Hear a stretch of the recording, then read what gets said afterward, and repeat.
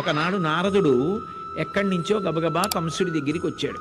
నీతో ఏకాంతంగా మాట్లాడాలోయ్ అన్నాడు. అంటే దానికి ఏముంది, తప్పకుండా రండి అని చెప్పి నారదుడిని తీసుకెళ్ళి కూర్చోబెట్టాడు. ఒక్కడినే కూర్చోబెట్టో మాట అన్నాడు. నువ్వు మీ చెల్లెలికి పుట్టిన కొడుకుల్ని 6గురిని తిరిగి ఇచ్చేసావు కదా, నీకు ఒక రహస్యం చెప్తాను. అసలు నిజానికి దేవకీదేవి కానీ, వసుదేవుడు కానీ, నందవ్రజంలో ఉన్నటువంటి వాళ్ళు కానీ వీరందరూ కూడా దేవతల యొక్క అంశలో వచ్చినటువంటి వారు. ఒకానొకప్పుడు భూదేవి రాక్షసులు పెరిగిపోతున్నారని చతుర్ముఖ బ్రహ్మగారి దగ్గరికి వెళ్ళి ఏడిస్తే బ్రహ్మగారు శ్రీ మహావిష్ణువు దగ్గరికి తీసుకెళ్లారు. ఆయన రూపం కనపడలేదు, వాణి వినపడింది.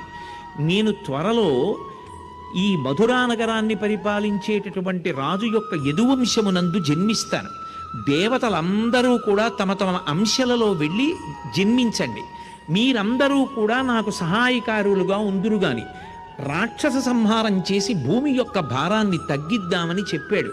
కాబట్టి ఇప్పుడు ఆ దేవకీదేవి కానీ, వసుదేవుడు కానీ, నందవ్రజంలో ఉన్నటువంటి ఇతరులు కానీ వీళ్ళందరూ దేవతలే. నీకు ఇంకొకటి చెప్పనా, నీ తండ్రి ఉగ్రసేనుడు, నీ తల్లి కూడా దేవతలే.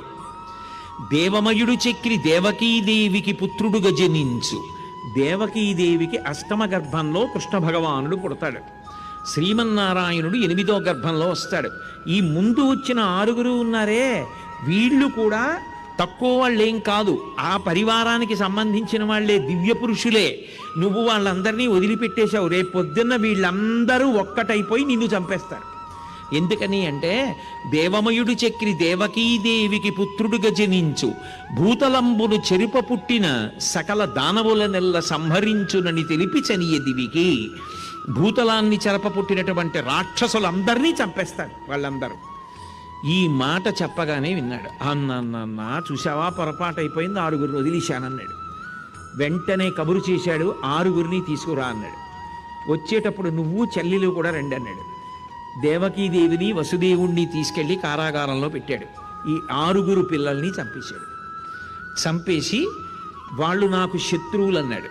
తండ్రి ఉగ్రసేనుణ్ణి తీసుకొచ్చి కారాగారంలో పెట్టేశాడు. ఎక్కడెక్కడ యదువంశంలో ఉన్నటువంటి వాళ్ళు ఉన్నారో వాళ్ళందరినీ తీసుకొచ్చి కారాగారంలో ఉంచడం మొదలు పెడితే చాలామంది చెదిరిపోయి రకరకాల దేశాలకు వెళ్ళిపోయారు.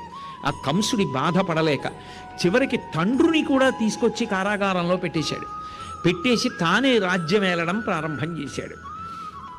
ఆ స్థితిలో దేవకీదేవికి 7వ గర్భం వచ్చింది. వచ్చినప్పుడు శ్రీమన్నారాయణుడు యోగమాయని పిలిచాడు. యోగమాయ అంటే ఎవరో కాదు, మీరు